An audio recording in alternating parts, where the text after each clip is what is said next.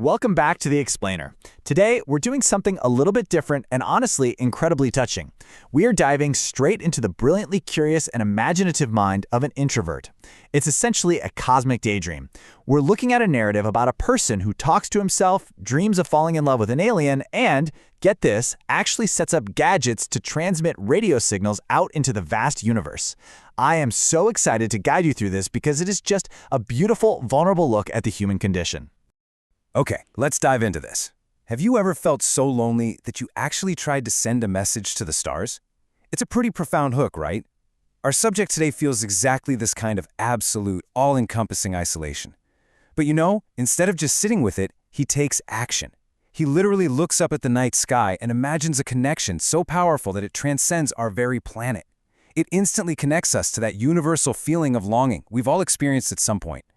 Section 1. A signal to the stars, sending a song.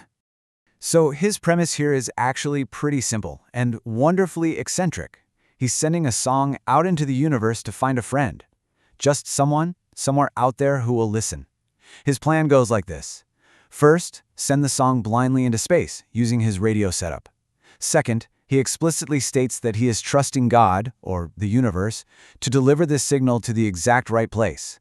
And third, just wait for the alien to accept it. It is this fascinating mix of pseudoscience and just pure, unadulterated faith. He's relying entirely on the vast, chaotic universe to make an utterly impossible connection for him.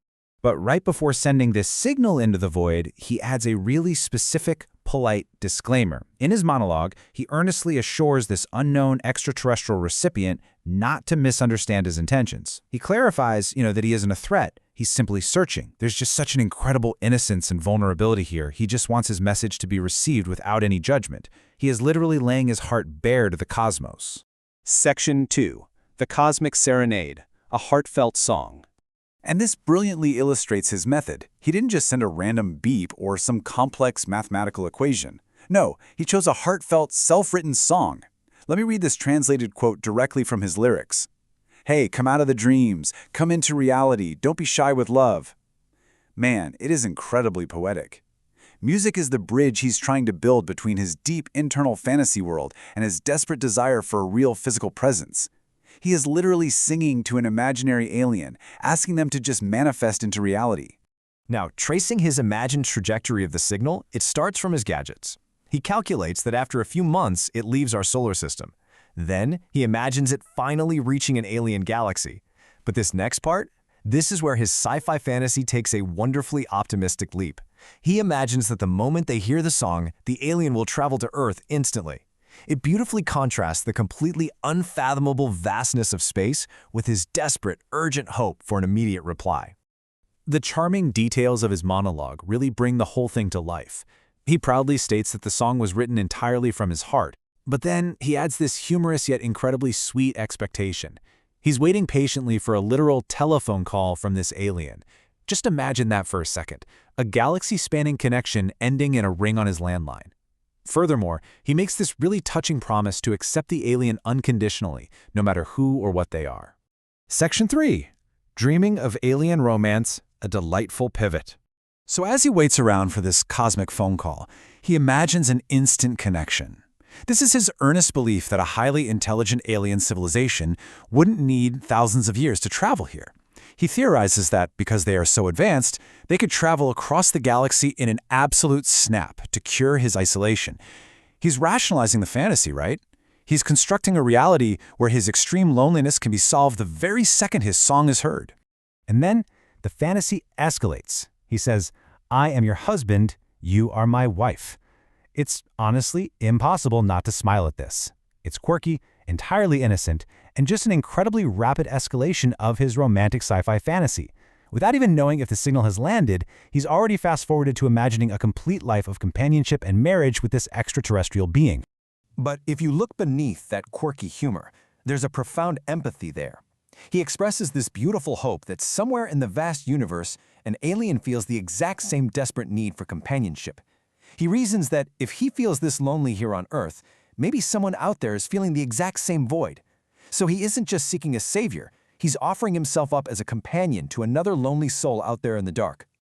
Section 4. The Echo of Loneliness, a deeply human reality. So the crucial point here is that the tone shifts. We move from a starry-eyed fantasy to a deeply human reality. We see this stark contrast.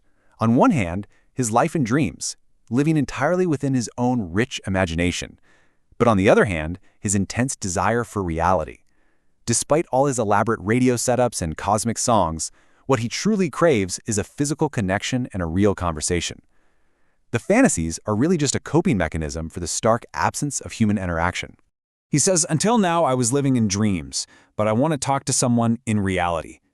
Man, that is a profound, incredibly self-aware admission.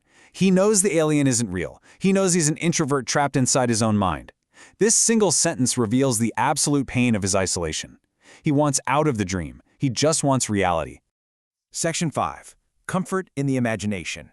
Finding solace. After facing that stark truth, we get to see how he reconciles these elaborate fantasies. First, he openly acknowledges that the alien romance is, well, just a dream. He knows the radio signal isn't actually bringing a cosmic wife to his doorstep. Second, and probably most importantly, he admits that he will continue talking to himself as a coping mechanism. It's simply how he survives the silence. And finally, he reiterates his deep, lingering wish for a real presence to eventually come along and break that silence. Whenever I feel lonely, I will keep talking like this. I wish someone was here. It is such a poignant, heartbreakingly honest admission. The entire cosmic journey, the gadgets, the song, the imagined alien, all of it was just a way to soothe his own solitary heart. He's keeping himself company in literally the only way he knows how. And so, I want to leave you with this final, lingering thought. Even if it is just a dream, isn't the hope of being understood enough to keep us singing into the void? This whole explainer, it isn't really about aliens or radio signals, is it? It's about the universal human need for connection and the beautiful, incredibly imaginative lengths an introverted mind will go to just to feel a little less alone. Thank you so much for joining me on this journey today. Keep looking up and keep seeking those real connections.